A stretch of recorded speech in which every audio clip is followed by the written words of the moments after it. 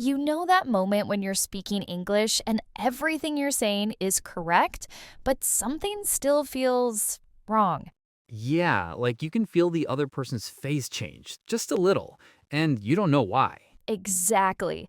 You go home and you replay the conversation in your head, and you can't figure out what you did. Your grammar was fine, your vocabulary was fine, Mm-hmm. but the conversation felt awkward. That feeling. That's what we're going to talk about today. Hi, I'm Sarah. And I'm Mike. Welcome to the English Conversation Podcast.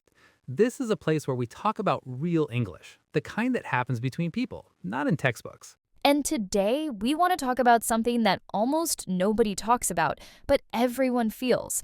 That strange discomfort when you're speaking English and you're doing everything right, but it's not working. So let me start with a story. A few years ago, I had a colleague from Spain. Really smart guy, worked in tech, spoke beautiful English. His grammar was probably better than mine, honestly. Better than yours? That's not hard. Hey, fair. But anyway, one day we're in the break room and another colleague asks him, "Hey, Carlos, want to grab lunch with us?" And Carlos says, "No." Just like that.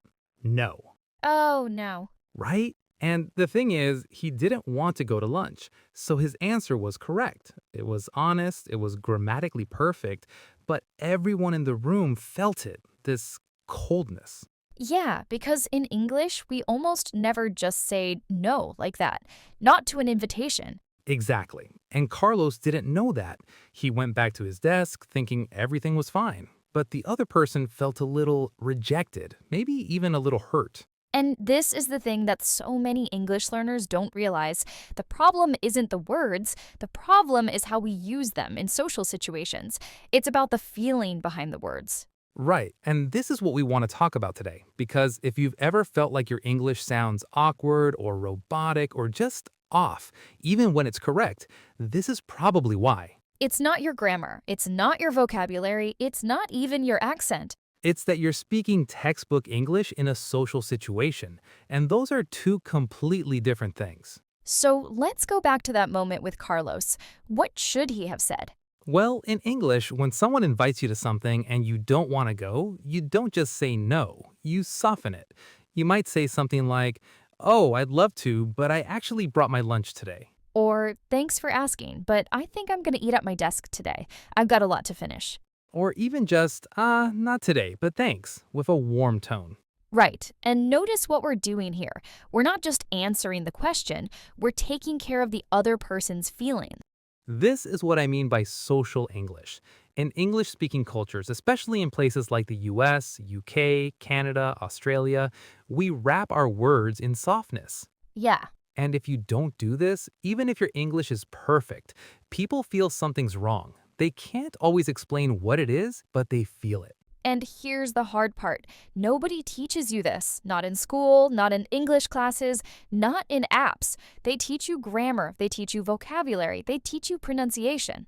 But they don't teach you how to make people feel comfortable when you talk. And that's the real skill. That's what makes a conversation feel natural. So let's talk about another example. Mike, imagine someone asks you, "Can you help me move this weekend?" Oh, and I don't want to? Right, you don't want to. So what do you say? Well, I definitely don't say, "No, I don't want to help you." Right, even though that's the truth. Exactly. I'd probably say something like, "Oh man, I wish I could, but I'm actually visiting my parents this weekend. I'm really sorry." Or, this weekend's really bad for me. Any chance you could do it the weekend after? Right, and again, look at what we're doing. We're not just saying no, we're explaining. We're showing that we care. We're giving a reason. We're apologizing, even though we didn't do anything wrong. This probably sounds crazy if you're not used to it. Why apologize? You didn't do anything wrong, you just can't help. But in English, especially in American and British English, we apologize for things that aren't our fault all the time. It's not really an apology. It's more like a way of showing we care about the other person's situation. It's emotional comfort. Exactly. That's the phrase. Emotional comfort. When we speak English in social situations, we're constantly trying to make the other person feel comfortable. We're trying to make sure they don't feel rejected or stupid or annoying or pushy. And if you don't do this, your English will sound cold, even if every word is correct. And this is why so many English learners feel frustrated. They study for years, they know all the grammar rules, they have a great vocabulary, but when they speak, something still feels off. Because they're speaking correct English, but they're not speaking social English. Right. And here's another thing. In many languages, being direct is normal. It's even polite. It shows you respect the other person's time. You say what you mean clearly and quickly. But in English, especially in social situations, being too direct can sound rude. It can sound aggressive, even if you don't mean it that way. I have a friend from Germany who told me about this. In German, if someone asks you if you want coffee, you can just say nein, no. And that's completely normal. Right, nobody thinks you're being rude. But in English, if someone offers you coffee and you just say no, it sounds harsh. It sounds like you're annoyed. Yeah, we'd say something like, oh, no thanks, I'm okay. Or, I'm good, but thank you. Or, I just had one, but thanks for offering. And these extra words, they don't add information, they add feeling. That's such a good way to put it. They add feeling. They make the moment feel softer. They make the other person feel okay about asking. And this is happening all the time in English conversations, not just with yes and no, but with everything. Right. Let's say you're at work and someone sends you a document, but they sent the wrong one. How do you tell them? Well, you don't say, this is wrong. No way. That would sound so harsh. You'd say something like, hey, thanks for sending this over. I think this might be the wrong version, though. Do you have the updated one? Right. Or, I might be confused, but I think I need the other document, the one from last week. And again, look at what we're doing. We're not saying you made a mistake, we're protecting their feelings. We're making it sound like maybe we're the ones who are confused. Even though they sent the wrong thing. Exactly, and this might sound dishonest to some people, like why don't we just say what we mean? But it's not dishonest. It's kind. It's making sure the other person doesn't feel stupid or embarrassed. And this is a huge part of English-speaking culture. We try really hard not to make other people feel bad, even in small ways, even by accident. So we add all these extra words and phrases that soften everything. And if you don't know how to do this, your English will sound too strong, too sharp, even if you don't feel that way inside. And people won't want to talk to you as much. Not because they don't like you, but because the conversation feels uncomfortable. So let's pause for a second and just be really clear about something. If you're listening to this and you're thinking, oh no, I've been doing this wrong the whole time, please don't feel bad. Yeah, this is not your fault. Nobody taught you this. Right. Your English teachers taught you grammar. They taught you how to pass tests, but they probably didn't teach you how to actually talk to people in a way that feels natural. Because most English teachers aren't native speakers, and even if they are, they're focused on grammar and vocabulary and sentence structure. They're not focused on the emotional side of conversation, the soft language, the indirect language, the way we protect people's feelings with our words. And this is really hard to teach in a classroom anyway, because you can't learn it from rules. You learn it from listening, from noticing, from feeling the difference. Right. It's almost like music. You can read about music theory, but if you want to actually play music, you need to listen to music. A lot of music. That's such a good comparison, and it's the same with conversation. You need to listen to real conversations, not scripted dialogues from textbooks. Real people talking to each other. And you need to pay attention not just to the words, but to how people use them, the tone, the softness, the extra phrases that seem unnecessary but actually do so much work. So let's talk about tone for a minute, because this is huge. Yeah, you can say the exact same words, and depending on your tone, they mean completely different things. Right, so let's take a simple phrase. That's interesting. Okay, so if I say, that's interesting, with a rising tone and genuine curiosity in my voice, it means I really think it's interesting. But if you say, that's interesting, flat, with no emotion, it sounds like you're politely saying, I don't care. Or even worse, if you say, that's interesting, with a pause and a certain tone, it means that's weird or I don't like that. Exactly. Same words, completely different meanings, and the meaning comes from the tone, not from the dictionary. And this is why English learners sometimes say something and get a totally different reaction than they expected, because they're using the right words, but the tone is sending a different message. Right. And here's the thing. Tone is really hard to learn from a book. You have to hear it. You have to feel it. This is why listening is so important. Not listening to learn new words, but listening to learn how people use their voice. How they go up at the end of a sentence when they're asking something, even if it's not technically a question. How they stretch out certain words to show emotion. How they pause before saying something difficult. All of these tiny things that native speakers do without thinking about it. And if you don't do them, your English sounds flat. It sounds robotic, even if the words are perfect.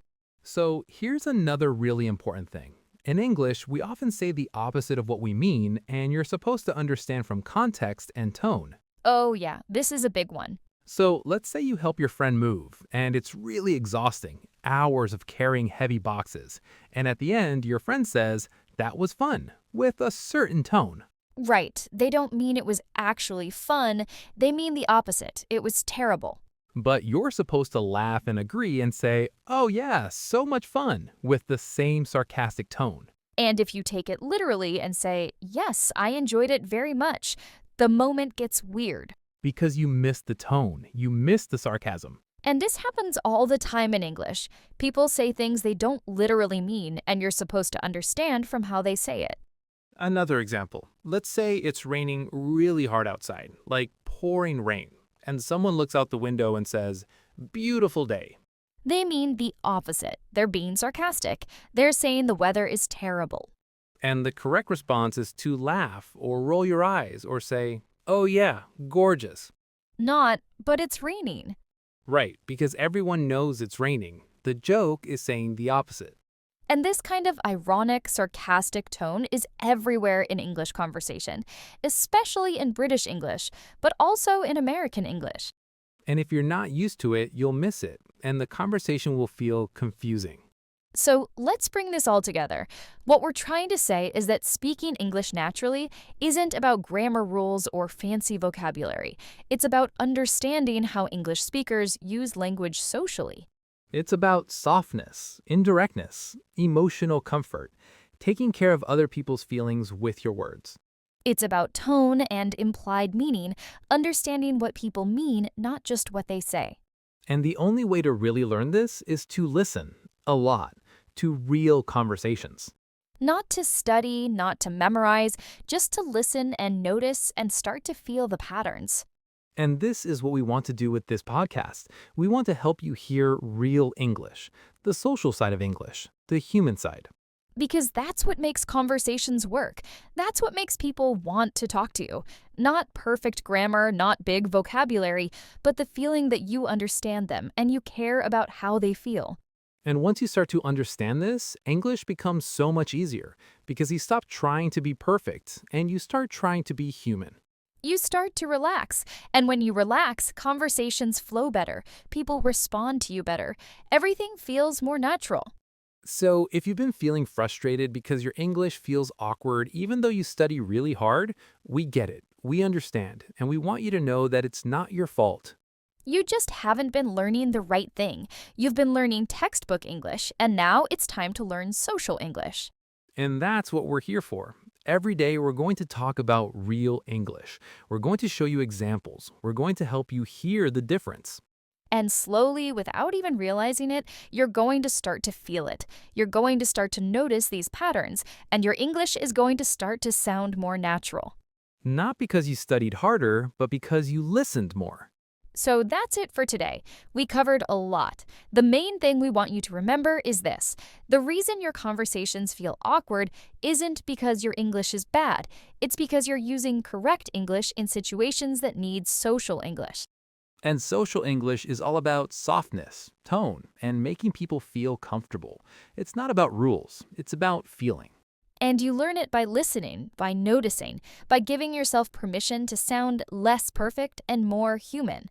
So tomorrow, we'll be back with another conversation. We're going to talk about one of the most confusing things in English, how to disagree with someone without sounding rude.